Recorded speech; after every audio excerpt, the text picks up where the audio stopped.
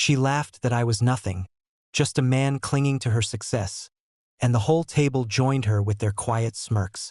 But that night, the truth was waiting to shatter every word she said. Before I begin, make sure you subscribe, hit the like button, and leave a comment. Your support keeps these stories alive. The evening had been planned for weeks. A polished corporate dinner hosted in the glittering ballroom of a downtown hotel. Crystal chandeliers hung like frozen fireworks, every table covered in white linen, silver cutlery shining under the warm glow. The air smelled of roasted salmon, garlic butter, and fine wine. It was supposed to be a celebration, a gathering of power players and their families, the kind of night where appearances mattered more than anything else. I walked in beside my wife, Jennifer, who wore a ruby-red dress that turned heads as we entered. I could feel the eyes following her, not me, and the way she leaned into it made my chest tighten. She smiled at everyone like she was the star of the show, as if my presence was nothing but an accessory dangling at her side. I sat quietly at the long table, surrounded by executives and their spouses. Conversations drifted over the clinking of glasses and laughter, all of it laced with a subtle undertone of competition, of who looked better, who seemed richer, who carried more influence. I was used to these nights, used to blending into the background. Jennifer thrived on them, always ready with a story or a joke, always basking in the glow of approval.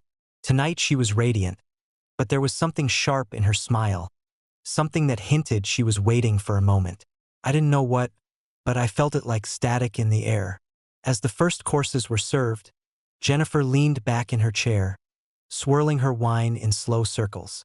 The room had quieted, conversations settling into smaller groups, but she wanted attention, and she knew exactly how to get it. She laughed suddenly, loudly, tipping her head so her earrings sparkled under the lights. Then she pointed at me with her glass and said, "You know, he wouldn't even be here if it weren't for me. Honestly, without me, he's nothing. Just useless." Her words landed like glass breaking on tile. The table froze for half a second before the smirks began. A few polite chuckles slipped out, then whispers. I sat still, my face calm, though inside my chest burned. I looked at her, the woman I had promised my life to, as she smirked, proud of the jab, basking in the little ripple of laughter she had created. Around us, the other guests avoided my eyes, some exchanging awkward looks, others suppressing their amusement. I didn't answer. I didn't move. I simply lifted my glass and took a slow sip, my silence heavy enough to make the moment stretch uncomfortably long. Jennifer leaned in closer, as if daring me to react, but I stayed quiet. It was not weakness. It was not surrender. It was patience. My mind was clear, colder than it had ever been. I could hear every tick of the clock above the bar, every clink of cutlery as the waiters cleared plates. The weight of the room pressed on me, but I welcomed it. Jennifer tried to fill the silence again, tossing another comment about how she carried this marriage on her back. And some people laughed more boldly this time, thinking I was too meek to respond. My jaw tightened, but my face stayed calm. I studied the guests, the way their eyes darted, the way some leaned closer as if to catch my reaction. They didn't know me. They didn't know what I held back, or how quickly tides could turn. And as Jennifer chuckled and whispered something to the woman beside her, I set my glass down carefully, the faint click echoing louder than her laughter. I didn't need to raise my voice. I didn't need to defend myself. I already knew the evening was far from over. That was just the beginning. The clinking of forks against porcelain plates filled the void her words had left behind, but the laughter lingered, faint echoes bouncing around the long table. I didn't move, didn't speak, didn't give them what they wanted. Jennifer thrived on spectacle. She wanted me to sputter, to defend myself, to fight back in a way that would only fuel her performance. I wasn't going to give her that satisfaction. Instead, I let my eyes wander across the table, studying every face. Some avoided me altogether, staring down at their plates as though the salmon suddenly required absolute focus. Others stole quick glances, curiosity flashing in their eyes. They wanted to see if I would crack. They wanted a show, and Jennifer had already started writing the script. But I wasn't in her play. Not tonight. I reached for the glass of water in front of me, the condensation cooling my fingertips. I lifted it slowly, savoring the simple act, before taking a measured sip. Jennifer noticed, of course. Her smile faltered just slightly, a flicker of irritation crossing her eyes. She expected me to argue. She expected the wounded husband, desperate to prove himself. My silence robbed her of that victory, and I could see it unsettled her. She turned quickly back to her neighbor, launching into another story about how she had pulled us up in the world, embellishing details that made her the heroine and me the dependent sidekick. Every exaggeration was met with nods and polite laughter, but I saw the subtle shifts. Not everyone was entertained. A couple of the older executives glanced at each other, their lips pressed thin. They had lived enough to recognize cruelty disguised as charm. Still, most of the room played along. That was the way these dinners went. Nobody wanted conflict. Nobody wanted to disrupt the illusion of polished civility. So they let her run her mouth. I let her run it too. Inside, my thoughts were steady, controlled like a stream running under ice. I thought back to the long years I had endured these digs, the sly comments she made in front of friends, the ways she chipped away at my dignity little by little. I had always held back, always let her paint the picture she wanted, believing that restraint was strength. And maybe it was. But tonight, for the first time, I felt something shift. It wasn't anger, not exactly. It was clarity. The waiters moved like shadows between the tables, refilling glasses, collecting plates, delivering desserts with mechanical smiles. The hum of conversation rose and fell, yet every time Jennifer's voice cut through, I felt the stares return to me. She was orchestrating the spotlight, dragging me into it against my will, but I stood my ground by refusing to perform. My silence grew heavier with each jab she delivered, like a weight pressing down on the entire table. When she laughed again and patted my arm as if I were a child, I simply looked at her hand until she withdrew it. The air seemed to tighten around us. She didn't like that. She raised her glass and called out, "To success! To the women who carry it all." Glasses lifted hesitantly. A few joined in the toast, others just mimicked the motion. I stayed still, my own glass resting untouched by my plate. The pause was noticeable, deliberate, and though I said nothing, it felt like the loudest refusal of the evening. Jennifer's jaw clenched just slightly as she lowered her glass. I could feel her irritation crackling now, hidden behind her strained smile. She wanted to break me in front of them all, to prove her narrative. But she didn't know that her own words were already betraying her.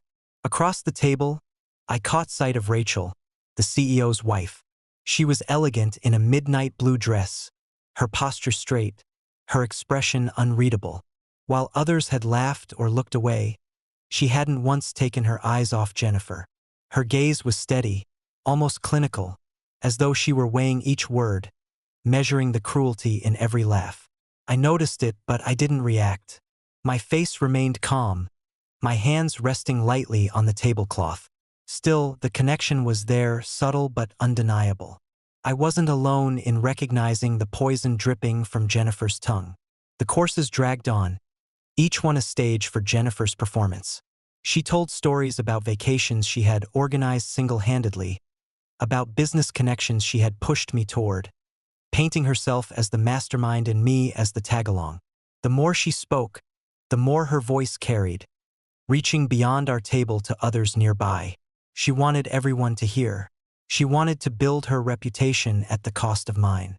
And yet, the more she talked, the more hollow it sounded. I saw it in the eyes of the listeners, that subtle shift from amusement to discomfort. Her laugh grew sharper, louder, as though she sensed it too and was desperate to maintain control. I sat still. I breathed slowly. I waited. There is a kind of power in patience, in letting others reveal themselves without interference. The room was revealing her, and though she didn't know it yet, her own performance was digging the ground out from under her. By the time dessert arrived, a perfectly plated slice of chocolate torte, Jennifer's voice had grown shrill with her own need for validation. She leaned back in her chair, laughing at some half-finished jab about how I wouldn't survive a week without her. And though my face stayed calm, inside, I could feel the tension in the room beginning to bend, ready to snap. The room seemed to tighten with every word she spoke, as if her voice itself was stretching the air too thin. The laughter she expected from her audience was faltering now, the polite chuckles coming slower, shorter, almost forced. Jennifer didn't notice or didn't care.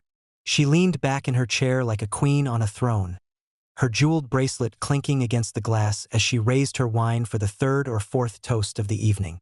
Her face was flushed with self-satisfaction, her smile sharp enough to cut. I watched her, silent, patient, the same way I had for years. But this time there was something different inside me.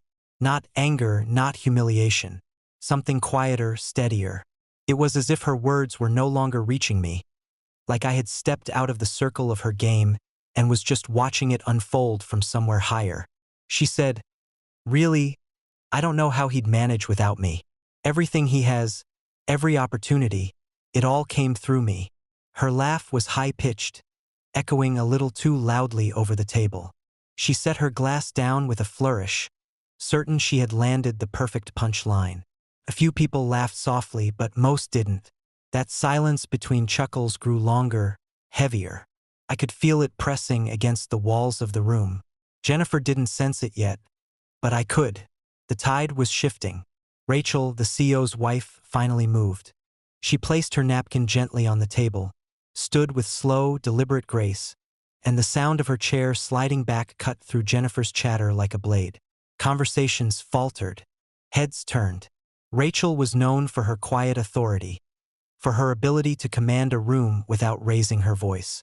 Now she held the attention of every pair of eyes in that space. Jennifer tried to recover the spotlight with another laugh, but it cracked midway, brittle and hollow. Rachel didn't look at her. She looked directly at me. Her gaze was calm, unshaken, and then she turned, sweeping her eyes across the guests as if she were about to deliver a verdict. "It's strange to hear such things," she said, her voice clear but measured, every syllable carrying weight. "Because from where I stand, the picture looks very different." The room hushed instantly. Even the waiters froze in place, holding trays in midair. All eyes were locked on her. Jennifer straightened in her chair, trying to laugh it off. "Oh, Rachel, I was only teasing. You know how these dinners can be. A little light fun." Her voice was too quick, too defensive. Rachel didn't acknowledge her.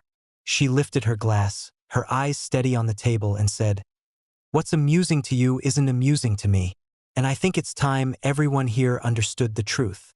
She turned slightly, looking down at Jennifer with a sharpness that made even the boldest men at the table shift in their seats. Then she let her words fall, slow and deliberate, into the silence. "Your husband is not the man you say he is.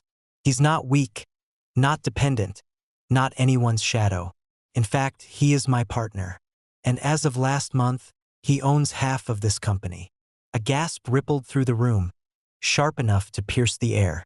Forks clattered against plates, glasses stilled in hands, conversations died in throats. Every single guest turned toward me, their eyes wide, their faces shifting from doubt to disbelief to something closer to respect. Jennifer froze. Her painted smile collapsed, her lips parting soundlessly as she looked at Rachel, then at me, as if hoping one of us would laugh and say it was a joke. But no one laughed.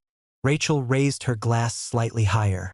"So before you dismiss him as nothing," she said evenly, "remember that without him, none of this would be standing." The words cut sharper than anything I could have said myself. Jennifer's face drained of color, her hand trembling slightly as she gripped the stem of her glass. Around her, the whispers began. Low at first, then swelling as guests leaned in to one another, murmuring, piecing together what this revelation meant. My silence, the restraint I had held for so long, suddenly carried the weight of iron. I didn't need to gloat, didn't need to defend myself. Rachel's words had done it all. I picked up my glass at last, not with haste, not with triumph, but with a calm steadiness that seemed to echo louder than the chatter. I raised it slightly, a quiet gesture, and let the silence stretch. My eyes met Jennifer's, And in that moment she understood exactly what her mockery had bought her. She had spent years chiseling away at me in public, but in a single sentence from someone she couldn't dismiss, the entire facade collapsed. The whispers grew louder, some even chuckling in disbelief, others staring at me with newfound deference. Jennifer sat rigid, her shoulders tight, her eyes wide, her smile gone. She wanted to say something, to claw her way back into control, but no words came. And in that charged, breathless moment, it was as if the entire room had turned itself inside out. The silence that followed was heavier than any insult she had ever thrown at me.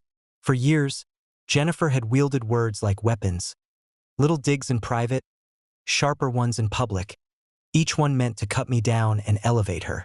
But now those same people she used as her audience sat watching her unravel. She shifted in her chair, her hand still trembling slightly as she set her glass back onto the table. The stemware clinked faintly against the polished wood, a sound that seemed louder than it should have been in that quiet room. Rachel lowered her glass and returned to her seat, but the effect of her words didn't fade. Instead, they lingered in the air, buzzing like electricity. Guests leaned back in their chairs, whispering, their eyes darting between Jennifer and me, between Rachel and the CEO who sat with his usual composed expression, as though this revelation was no surprise to him. For me, the moment felt suspended, almost detached from reality. I didn't smile, didn't gloat, didn't rush to claim a victory. I let the weight of what Rachel had revealed settle into the room, and the silence became my shield. Jennifer's lips parted as if she were about to speak, but nothing came. Her throat bobbed as she swallowed, her face paling further, her eyes darting toward me like a cornered animal searching for an escape. The mask she had worn for so long, the one of control and dominance, had slipped completely. There was no fixing it, no pulling it back into place. She had mocked me as a nobody, and in doing so, she had set the stage for her own collapse. Across the table, a few of the executives I had once seen smirk at Jennifer's jokes were nodding almost imperceptibly, their eyes settling on me with a different kind of calculation now. They were reassessing me, reconsidering everything they thought they knew. One of them raised his glass quietly in my direction. Not a loud toast, not a bold gesture, just a subtle acknowledgement of respect. I inclined my head in response. Jennifer saw it too. That small shift was enough to twist the knife. Her entire identity at these events had been built on the illusion that she was the powerful one, the connector, the reason I existed in these rooms at all. And now, with just a few words, the illusion was shattered. The whispers continued to grow around us, spreading down the length of the table, carried into the smaller conversations at neighboring tables. People were piecing together timelines, remembering past encounters, realizing that the quiet man Jennifer had always diminished was far more central to their world than they had believed. I lifted my glass slowly and took a measured sip of wine, holding Jennifer's eyes the entire time. I didn't need to say anything. My calm was louder than any words I could have chosen. The more composed I remained, the more unsteady she became. Her chest rose and fell quickly, her breathing shallow, her shoulders tight. She looked at me, then at Rachel, then at the guests searching for someone to rescue her. But no one moved. No one offered her the lifeline she so desperately needed. Even her closest friends averted their eyes, unwilling to tie themselves to her now that the narrative had turned against her. Rachel had turned her attention back to her meal, her face serene, as if nothing unusual had happened. That only made it worse for Jennifer. She had been dismissed entirely, her importance erased in an instant. And in the middle of it all, I sat there, calm and steady, letting her feel the full weight of her own humiliation. I knew, in that moment, there was no need for revenge beyond this. She had orchestrated her downfall herself. The truth had been sitting quietly in the background all along, and when it came forward, it silenced everything else. I took another sip, then set my glass down softly, the sound measured and deliberate. The room was still buzzing, but I didn't need their validation. This wasn't about them. It wasn't even about Rachel. It was about me finally realizing that silence had always been my greatest weapon. Jennifer turned back to me one last time, her eyes glistening, her lips trembling with unspoken words. But I didn't flinch. I didn't offer comfort, and I didn't twist the knife. I simply held her gaze for a long, unbroken moment before turning back to my plate. The message was clear. I no longer existed inside the shadow she had cast over me. I had stepped out of it, and she could never drag me back. The evening went on, but the energy never recovered. The conversations were forced, the laughter brittle, the atmosphere tense with the weight of what had been exposed. By the time the dinner drew to a close, Jennifer left the table in silence, her head lowered, her power gone. I stayed behind, finishing my wine, exchanging calm nods with those who now looked at me with respect instead of pity. And as I rose from my chair at last, slipping my jacket over my shoulders, I realized the truth that had been waiting for me all along. Sometimes you don't need to fight, you don't need to shout, you don't need to prove anything. Sometimes silence speaks louder than all the noise in the world. And in that moment, I knew she finally understood it too. If you want more stories like this, make sure to subscribe, like, and leave a comment.